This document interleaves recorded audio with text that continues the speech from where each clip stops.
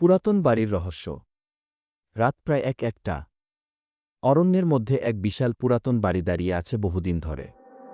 চারপাশে কুয়াশার চাদরে ঢাকা পরিবেশ, বাতাসে একটা শীতল অনুভূতি। বাড়িটা বহু বছর ধরে পরিত্যক্ত, স্থানীয়রা বলে ওখানে রাতে কেউ গেলে আর ফিরে আসে না। শহর থেকে আসা তরুণ সাংবাদিক রাহাত এসব ভূতের গল্প বিশ্বাস করত না। সে ঠিক করল আজ রাতেই সেখানে গিয়ে থেকে আসবে। একটা টর্চ, ক্যামেরা আর নোটবুক নিয়ে সে ঢুকে পড়ল পুরনো বাড়ির ভেতর। বাড়ির ভেতরে প্রবেশ। ভেতরে ঢুকেই রাহাত অনুভব করল যেন কেউ ওর দিকে তাকিয়ে আছে। দেয়ালের পুরনো রং খসে পড়ছে, মেঝেতে ধুলো জমে আছে, আর চারপাশে একটা অদ্ভুত গন্ধ ভাসছে। সে ধীরে ধীরে সিঁড়ি বেয়ে ওপরে উঠল। হঠাৎ করেই বাতাসের একটা ঠান্ডা ঝাপটা এসে লাগল ওর গায়ে। একটা দরজা করাত করে বন্ধ হয়ে গেল আপনা আপনি। রাহাত ভয় না পেয়ে এগিয়ে গেল আরও ভেতরে। একটা বড় ঘর দেখতে পেল, যেখানে পুরনো কাঠের চেয়ার আর টেবিল রাখা। রহস্যের শুরু। ঘরের এক কোণায় একটা পুরনো আয়না ঝুলছিল। আয়নার দিকে তাকাতেই রাহাত চমকে উঠল। আয়নার মধ্যে ওর প্রতিবিম্বের পাশে একটা কালো ছায়া দাঁড়িয়ে আছে, কিন্তু বাস্তবে পেছনে কেউ নেই। রাহাত দ্রুত মোবাইল বের করে ছবি তুলল, কিন্তু ক্যামেরায় কিছুই ধরা পড়ল না। সে আয়নার সামনে গিয়ে আরও ভালোভাবে তাকাল। এবার তার বুক কেঁপে উঠল।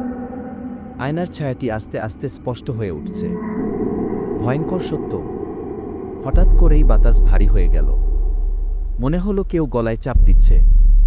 রাহাত গলা খুলে চিৎকার করতে চাইল, কিন্তু কোনো শব্দ বের হলো না। আয়নার ছায়াটি এবার কথা বল, তুই চলে যা, এখানে আমার শান্তি নষ্ট করিস না। রাহাত বুঝতে পারল এটি কোনো সাধারণ পুরনো বাড়ি নয়। এখানে কোনো আত্মা বন্দী আছে। আতঙ্কে সে দৌড়ে সিঁড়ি দিয়ে নিচে নামল, কিন্তু দরজা বন্ধ। বাইরে থেকে যেন কেউ আটকিয়ে রেখেছে। বাইরে বজ্রপাত শুরু হলো, বাতাস যেন এক অদৃশ্য শক্তির প্রভাবে আরও বেগে বইতে লাগল। পেছন থেকে কেউ ধীরে ধীরে এগিয়ে আসছে, সেই অনুভূতি স্পষ্ট হচ্ছিল। রাহাত শেষবারের মতো সাহস করে জানালার কাঁচ ভেঙে বাইরে ঝাঁপ দিল। অতীতের অভিশাপ। পরদিন সকালে গ্রামবাসীরা রাহাতকে অজ্ঞান অবস্থায় রাস্তার পাশে খুঁজে পেল। সে বাড়ির ভেতরে কি দেখেছে তা কাউকে বলতে পারল না, শুধু আতঙ্কিত দৃষ্টিতে তাকিয়ে থাকল। পরে জানা গেল বহু বছর আগে এক ধনী জমিদারের স্ত্রী সেই বাড়ির আয়নার সামনে আত্মহত্যা করেছিল। তারপর থেকে যেই আয়নায় তাকায় সে আর সহজে বাঁচতে পারে না। আজও সেই পুরাতন বাড়িতে কেউ প্রবেশ করার সাহস পায় না।